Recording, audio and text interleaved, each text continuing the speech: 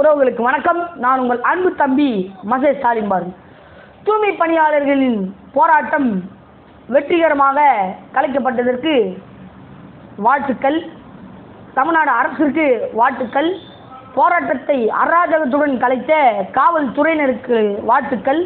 அரச பயங்கரவாதத்திற்கு வாழ்த்துக்கள். நியாயமான கோரிக்கைகளுக்கு செவிசாய்க்காத திமுக திராவிட மாடல் அரசுக்கு வாழ்த்துக்கள். இந்த காணொலியில் இதை பற்றி தான் நம்ம விரிவாக தெளிவாக பார்க்க போகிறோம். வாங்க காணொலியில் போகலாம். ஊடகங்களுடைய உண்மையான முகம், அவங்களுக்கான ரூல் அப்படி என்ன அப்படின்னு பார்த்தீங்கன்னா, சரியான செய்தியை சரி என்றும் தவறான செய்தியை தவறு என்றும் மக்களுக்கு சுட்டி காட்டக்கூடிய பணி தான் சமூக ஊடகங்களுடைய பணி. அந்த பணியை நம்ம சிறப்பாக செஞ்சிட்டு இருக்கோம். ஆனால் சில பேர்கிட்ட பணம் வாங்கிட்டு சமூக ஊடகம் என்னும் அந்த புனிதமான ஒரு பணியையே கெடுக்கிறதா மக்கள் சொல்லிட்டு இருக்காங்க. சில செய்தி ஊடகங்கள் இருக்கு இல்லையா, அவங்களும் பணம் வாங்கிட்டு அரசுக்கு ஏற்ற மாதிரி திருச்சி பேசுறதாகவும் மக்கள் சொல்கிறாங்க. சரி, இவங்களெல்லாம் விடுங்க, இவங்களை பற்றின கவலை நமக்கு கிடையாது. நம்ம வேலையை, நம்ம செய்தியை நம்மளுக்கு சரியாக காட்டுவோம். மக்களுக்கு சரி தவறு சுட்டி காட்டுறது தான் நம்ம வேலை. பணி என்பது மிகவும் சிரமமான பணி. அவங்க பணி செய்யும்போதே நிறைய சவால்களை சந்திக்கணும். எதிர்பாராத பையன் SSC சண்முகவேல் போல எதிர்பாராத ஒரு கொலை, எதிர்பாராத மரணம், இது போன்ற பல வகையான செயல்கள் காவல்துறை பணியில் இருக்கும். இந்த மாதிரியான எதிர்பாராத மரணம் அடைகிறவங்கள நம்ம வீரர்னு சொல்கிறோம், அவங்கள தியாகிகள்னு போட்டுறோம். இந்த வேலையை அவங்க செய்யும்பொழுது அவங்கள நம்ம வீரர்னு போட்டுறோம், காவல் வீரர்கள்னு போட்டுறோம், என்னென்னமோ சொல்கிறோம், அவங்கள பாராட்டுறோம். ஆனால் அதே சமயம் நேற்று துப்புரவு பணி வீரர்கள் போராடும்போது அவங்கள அரசு பயங்கரவாதத்தை பயன்படுத்தி, உங்கள் அதிகாரத்தை பயன்படுத்தி அவங்கள வேண்டுமென்ற பல கொடுமைகள் செய்து அசிங்கமாக திட்டி வண்டியில் ஏற்றி கொடுமை பண்ணும்போது அத்தை சமூக செயல்பாட்டாளர்கள் வளர்மதி, வளர்மதி, அப்புறம் நிலவுமொழி அவர்கள், இவங்களை போன்றவர்கள்லாம் இப்போ இவங்க 2 பேருக்கும், அத்தை நிலவுமொழிக்கும் அத்தை வளர்மதிக்கும் நடந்த கொடுமைகள் இப்போ தான் வெளியில் வந்திருக்கு. இந்த செய்திகள் இப்போ தான் வெளியில் வந்திருக்கு. இன்னும் இந்த போராட்டத்தில் இருக்கக்கூடிய யாரெல்லாம் என்னென்ன கொடுமைகள் பண்ணியிருக்காங்கிறது இனிமேல் தான் வெளியில் வரும். அந்த செய்தியை தான் நம்ம எதிர்பார்த்துட்டு காத்துட்டு இல்லை. யாரோ எழுதுன ஒரு வசனம், இம்மென்றால் வனவாசம், ஏனென்றால் சிறைவாசம் அப்படின்வாங்க. இப்போ நம்ம தமிழ்நாடு அப்படிதான் போயிட்டு இருக்கு. இம்மென்றால் வனவாசம், ஏனென்றால் சிறைவாசம் தான் இங்கே நிலைமை. ஒரு நியாயமான கோரிக்கை கூட எடுத்து வைக்கக்கூடாது, அதற்காக போராட்டம் பண்ணக்கூடாதுன்னா அப்புறம் என்ன? அப்புறம் என்னத்துக்கு அரசு? எங்களுக்கு கூலி வேணும், நாங்கள் கூலிக்கார பணியாக இருக்கக்கூடாது, எங்களை நிரந்தரம் பண்ணு அப்படின்னு சொல்லிட்டு தான் போராடிட்டு இருக்காங்க இங்கே கூலிக்கார துப்புரவு பணி வீரர்கள். அவங்களுக்கு கூலி கொடுக்காம, அவங்களுக்கு நீ சரியாக கூலி கொடுக்காம கூலி படத்தை போய் உட்காந்து பார்த்துட்டு இருக்கு. யாரோ ஒருத்தர் இது பேயாளும் நாடுன்னு எங்கேயோ சொல்லியிருக்காங்க இல்லையா, இது பேயாளும் நாடு தான், அவர்களுடைய அரசு பேயாளும் அரசு அப்படின்னு சொல்லிட்டு மக்கள் தொடர்ச்சியாக சொல்லிட்டு இருக்காங்க. சொல்கிறாங்க, ஒரு கணக்கெடுப்பில் சொல்கிறாங்க, இது வரைக்கும் தமிழ்நாட்டில் 1,00,000 போராட்டங்கள் நடைபெற்றிருக்கிறதா ஒரு கணக்கு சொல்லுது. அப்போ நாட்டில் எவ்வளவு பிரச்சனைகள், எவ்வளவு சிக்கல்கள் ஓடிக்கொண்டிருக்கு. நீங்கள் பாட்டு சந்தோஷமா உங்களுடன் ஸ்டாலின், எங்கள் அப்பாவோட ஸ்டாலின், உங்களுடன் கலைஞர், நலம் காக்கும் ஸ்டாலின், அப்புறம் இந்த திட்டம்லாம் என்னத்துக்கு? அனைத்தும் அனைவருக்கும் ஒருத்தர் சொன்னாங்க. அனைத்தும் அனைவருக்கும், அனைத்தும் அனைவருக்குன்னா அப்போ அவங்களுக்கான கூலி கொடுக்கப்படணும் இல்லையா? எதுவுமே தரப்படலையே. அப்புறம் அனைவருக்கும் அனைத்துக்கும் என்னது? இதிலே சாத்தியம் இல்லாமல் போயிடுது இல்லையா? ஸ்டாலின் ஆளும் அரசு என்பது பேயாளும் அரசாக போயிட்டு, ஐயா மனிதர் அவர்கள் தான் ஆள்றாங்களா இல்லை ஏதாவது பேய் ஆண்டுகிட்டு இருக்கா? ஒன்றுமே புரியல. அவ்வளோ பிரச்சனை, ஆட்சி முடிய போகுதுன்னு சொல்லிட்டு எங்கெங்கே என்னென்ன பண்ண முடியுமோ அத்தனையும் பண்ணிட்டு இருக்காங்க. கான்ட்ராக்ட் விட்டு சம்பாதிக்கிறாங்க, கஜானாவை காலி பண்ணிட்டு இருக்காங்க. நல்லா இருக்கும் சுடுகாடு, அதை பண்ணுறேன் இதை பண்ணுறேன்னு சொல்லி என்னென்னமோ பண்ணுறாங்க. அதுதான் சொன்னாங்க 4000 கோடி நீர் தேக்கம் அப்படின்னா எங்கே போச்சுன்னு தெரியல.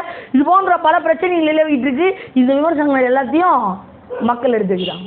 ஒரு பாட்டு சொல்லுவாங்க இல்லையா, எங்கே நிம்மதி எங்கே நிம்மதி தேடி பார்த்தேன் அது எங்கும் இல்லை அப்படிவாங்களே. தமிழ்நாடு அந்த அளவுக்கு மோசமாக போயிட்டுருக்கு.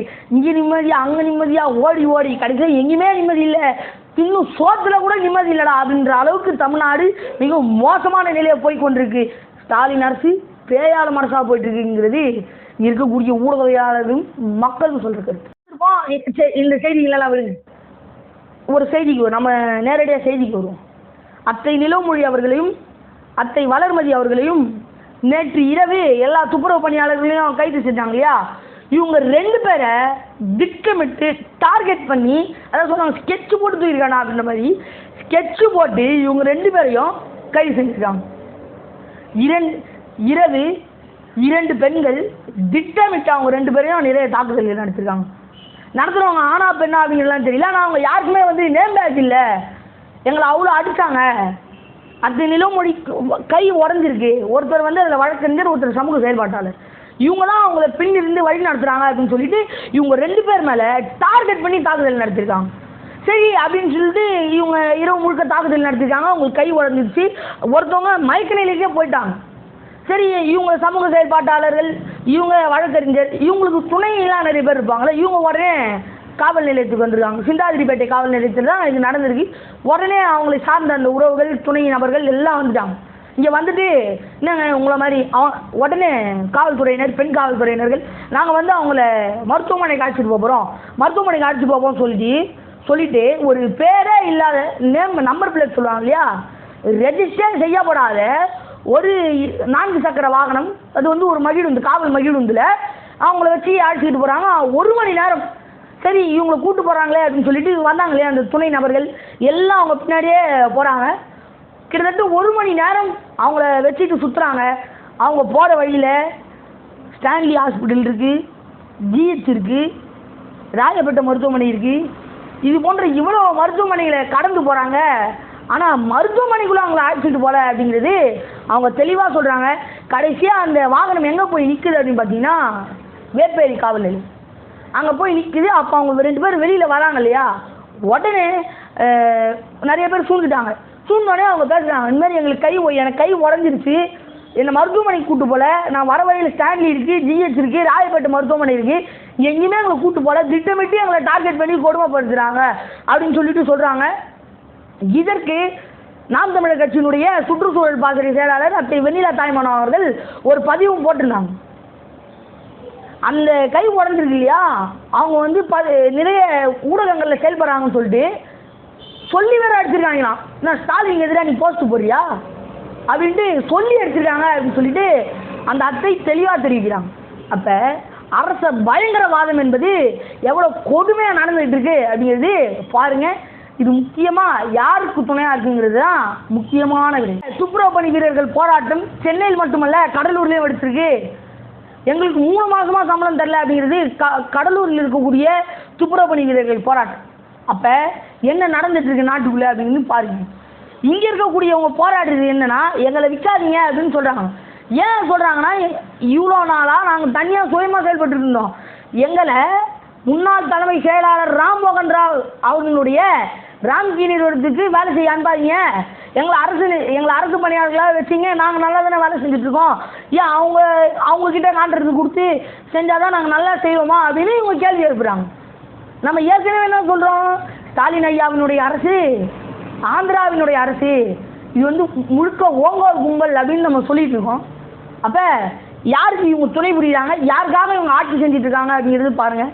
மேலும் தமிழ்நாடு பாடநூல் புத்தகங்கள்லாம் இருக்கு இல்லையா, அதுவும் தமிழ்நாட்டுக்குள்ளே அடிக்கலை, ஆந்திராக்குள்ளே தான் போய் அடிக்கிறாங்க அப்படிங்கிறது இங்கே இருக்க தமிழ்நாடு மக்களினுடைய கருத்து. ஏன் தமிழ்நாட்டில் புத்தகம் அடிக்க வசதி இல்லையா அப்படின்னு கேள்வி எழுப்பிட்டுருக்காங்க. அப்போ யாருக்கு துணையாக இந்த ஆட்சி நடந்து கொண்டு இருக்குங்கிறத மக்களான நீங்கள் தான் உணரணும். அற வழியில் அன்பு வழியில் அமைதியாக தான் போராடினாங்க. ஆனால் அவங்கள கொண்டு போய் பரங்கி மலையிலையும் வேளச்சேரியிலையும் அடைச்சி வச்சுருக்காங்க. போராடுறவங்கள அடித்து துன்புறுத்திருக்காங்க. கேட்டால் நாங்கள் நீதிமன்றத்தினுடைய உத்தரவை தான் பின்பற்றுறோம் அப்படின்னு உறுதி தள்ளுறாங்க. நீங்கள் எத்தனை விதத்தில் நீதிமன்றத்தினுடைய உத்தரவு பின்பற்றிருக்கீங்கன்னு எங்களுக்கு தெரியாதா? எத்தனை விதத்தில் நீங்கள் நீதிமன்றத்தினுடைய உத்தரவை பின்பற்றிருக்கீங்க? மக்களை கடையில் தெரியும் அதனுடைய லட்சணங்கள்லாம். நீங்கள் நீதிமன்றத்தினுடைய உத்தரவை பின்பற்றுறீங்க. நாங்கள் மக்கள் அனைவரும் தியாகி செந்தில் பாலாஜி இருக்கார் இல்லையா, தியாகி செந்தில் பாலாஜி அவர்களுடைய வழக்கில் நீங்கள் நீதிமன்றத்தினுடைய உத்தரவை எப்படி பின்பற்றுனீங்கன்னு நாங்கள் அனைவரும் பார்த்தோம். அது ரொம்பவே சிறப்பாக இருக்குது. சில அப்பாலாம் சொல்லுவாங்க இல்லையா, அவங்க நல்லவங்களாக இருப்பாங்க, மகனே நீ என்னை விட நல்ல பேர் வாங்கணும்டா, உயர்ந்து வரணும்டா அப்படின்வாங்க. ஆனால் ஐயா ஸ்டாலின் அவர்கள் நீங்கள் அவங்க தேர்தல் வாக்குறுதியில் கொடுத்த ஒரு விடயத்தை எங்களுக்கு செஞ்சு கொடுங்க அப்படின்னு துப்புரவு வீரர்கள் கேட்டதுக்கு அடித்து வரட்டாங்க இல்லையா. அப்பா ஸ்டாலினே அப்பா, அவருக்கு அப்பா இருக்காருல்ல, அவர் அப்பா என்ன பண்ணாருன்னா 70 ரூபாலேருந்து 100 ரூபா கூலி உயர்வு கேட்ட மாஞ்சோலை தேனீர் தோட்ட தொழிலாளர்களை அடித்து ஆற்றுக்குள்ளே தள்ளின விஷயம்லாம் இன்னும் மக்களுக்கு தெரிஞ்சிருக்கு. இது அதை விட சூப்பர். ஆஹா சபா சரியான போட்டின்ற மாதிரி அப்பா இப்படி பண்ணாரு, அப்பாவுக்கு விட நான் இப்படி பண்ணேன்டா அப்படின்னு சொல்லுவாங்களே, சபா சரியான போட்டி. ஸ்டாலினுக்கும் கலைஞருக்கும் பயங்கரமான போட்டி. எங்கள் அப்பா இப்படி பண்ணாரு, எங்கள் அப்பாவுக்கு விட நான் மேலே செஞ்சு காட்டுவாங்க, ஐயோ கலைஞரே பரவாயில்லைங்க அப்படின்னு வாயை திறந்து மக்கள் சொல்லணும். அந்த அளவுக்கு நான் கொடுமை பண்ணுவேன். பாருங்க பாருங்க பார்த்துக்கிட்டே இருங்க அப்படின்ற அளவுக்கு ஐயா ஸ்டாலின் அவர்கள் சிறப்பாக செய்கிறார். வீரர்கள்லாம் போராடுறாங்களே, இவங்களாம் யாருக்கு ஓட்டு போட்டாங்கன்னு நினைக்கிறீங்க? இவங்களாம் யார் வாக்காளர் நினைக்கிறீங்க? எல்லாம் ஒருத்தர் விடாமல் எல்லாரும் திமுக ஓட்டு போட்டவங்க தான். திமுக கொடுத்த வாக்குறுதியை நம்பி நம்மளை பண்ணிருந்ததை செய்வாங்க அப்படின்னு நம்பி ஏமாந்து இன்னைக்கு வரைக்கும் போராடிட்டு இருக்காங்க. இனிமேல் ஒரு பட்டியலினத்தின் மக்களுக்கு கூட திமுகவுக்கு ஓட்டே போட மாட்டாங்க, ஓட்டே போடவே மாட்டாங்க. ஒரு பட்டியலினம் கூட திமுக ஓட்டு போடாது. உப்பு தின்னவன் தண்ணி குடிச்சே ஆகணும். இந்த பலன் எப்படி திமுக திரும்புதுங்கிறத பாருங்க. Wait and see. எல்லாம் நம்ம பார்த்துருப்போம், அங்கே போராடுறவங்களாம் பெரும்பாலும் சிஐடியுன்னு பேட்ச் குத்திக்கிட்டு இருக்காங்க. சிஐடியுங்கிறது கம்யூனிஸ்டின் ஒரு பிரிவு, அது ஒரு சின்ன பிரிவு. கூட்டணி கட்சிக்கே இந்த நிலைமைனா எல்லாம் கலைஞர் அவர்களுடைய கையில்.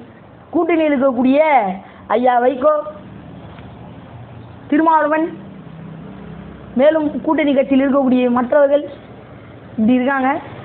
மேலும் திமுக எம்பி, மறுபடியும் சொல்கிறேன் திமுக எம்பி, மறுபடியும் சொல்கிறேன் திமுக எம்பி ஐயா கமல்ஹாசன் அவர்கள் கூட இப்படி இருக்காரு. இது எந்த அளவில் போய் முடியுங்கிறது இவ்வளோ பெரிய கேள்விக்குறியாது. அத்தை வளர்மதி அவர்களையும் அத்தை நிலவுமொழி அவர்களையும் டார்கெட் பண்ணி தாக்குதல் பண்ணியிருக்காங்க இல்லையா? ஒருத்தர் மயக்க நிலையில் இருக்காங்க, ஒருத்தர் கையில் முடியாமல் உடஞ்சி ஒருத்தவங்க உட்காந்துருக்காங்க. இவங்கள என்னமோ ஊர் சுற்றி வெளிநாட்டிலேருந்து வந்தா மாதிரி 1 மணி நேரம் தொடர்ச்சியாக ஊர் சுற்றி காமிச்சிக்கிட்டு மருத்துவமனைக்கே கூட்டு போகல. இது கொலை முயற்சி தானே? இது கண்டிப்பாக கொலை முயற்சி தான். கை முடியல ஒருத்தவங்க மயக்க நிலைக்கு போயிட்டாங்க, இவங்க 2 பேரும் செத்து போயிட்டாங்கன்னா அரசு பொறுப்பு இருக்குமா? இவ்வளோ கேள்விகள் இருக்குது. காவல்துறையினுடைய இந்த அராஜக செயலை நம்ம வன்மையாக கண்டிக்கிறோம். போராடணும், கேள்வி கேட்டால் இவங்க கொடுமைப்படுத்துவாங்களாம், கொலை முயற்சி பண்ணுறாங்க, அராஜகம். கேள்வி கேட்கக்கூடாதா? எதிர்த்து போராடக்கூடாதா? அவ்வளோ நல்ல அரசு நடத்துறீங்களா நீங்கள்? அஜித்குமார் கொலை பண்ணுறீங்க, மாரியப்பனை கொலை பண்ணுறீங்க, என்ன நடக்குது? காவல்துறை எங்கள் நண்பன் சொல்கிறீங்களே, காவல்துறை கொலைத்துறையால் காவல்துறையான்னு தெரியல, தொடர்ச்சியாக கொலைகள். இது கொலை முயற்சி தானே? கை முடிஞ்சு ஒருத்தன் என்ன மயக்க நிலையில் இருக்கிறாங்க, அவங்கள போயிட்டு கூட்டு போகாமல் 1 மணி நேரம் தொடர்ச்சியாக ஊர் சுற்றி காமிக்கிறா. அந்த அம்மா அழுது வெளியில் பேட்டி கொடுக்குது. சும்மா நினச்சிட்டு இருக்கீங்களா? அதெல்லாம் காவல்துறையா கொலைத்துறையா? மக்கள் இது ஒரு சமூகம், இது தூய்மை பணியாளர்கள் பிரச்சனைன்னு பார்க்கக்கூடாது, தூய்மை பணி வீரர்கள் பிரச்சனைன்னு பார்க்கக்கூடாது. மக்கள் கேள்வி கேட்டால் அடிக்கிறாங்க, கேள்வி கேட்டால் எங்களை அடிக்கிறாங்க, உதைக்கிறாங்க, போராடினா அடிக்கிறாங்க, உதைக்கிறாங்க, நாட்டில் 1 லட்சம் போராட்டம் நடக்குது, அத்தனையும் மிதிக்கிறாங்க அப்படின்னு இந்த பார்வையில் தான் நம்ம பிரச்சனையை பார்க்கணும். இந்த பார்வையில் தான் பார்க்கணும். மக்கள் அனைவரும் பொது பிரச்சனையை அதை பார்த்தாலே இதுக்கு ஒரு தீர்வு கிடைக்கும். தேர்தலில் திமுக நிற்க வைக்கிற ஒவ்வொரு வேட்பாளரும் ஓட்டு கேட்டு இவங்க ஏரியாக்குள்ளெல்லாம் போயிட முடியுமா? மக்களிடையே சந்தித்து பேச முடியுமா? பார்த்துடலாமா? அதை முடியுமா அப்படின்ட்டு செஞ்சிட முடியுமா? முடியாது கண்ணா, வாய்ப்பே இல்லை ராஜா, வாய்ப்பே இல்லை. அந்த நிலைமை தான் இப்போ திமுக போயிட்டுருக்கு. மக்கள் அனைவரும் இதை பொது பிரச்சனையாக பாருங்கள். உப்பு தின்னவன் தண்ணி குடிச்சா ஆகணும். தூய்மை பணி வீரர்களை, அவங்களுக்காக போராடக்கூடியவங்களை, அவங்களுக்காக செயல்படக்கூடிய வழக்கறிஞர்கள், சமூக போராட்ட வீரர்கள், இவங்களெல்லாம் குப்பை போல ஒதுக்கினவங்க எல்லாரையும் நாம் குப்பை போல ஒதுக்கியே ஆகணும். 26 மக்கள் அனைவரும் படைக்க வேண்டும் புதிய அரசியல் வரலாறு. நன்றி, வணக்கம்.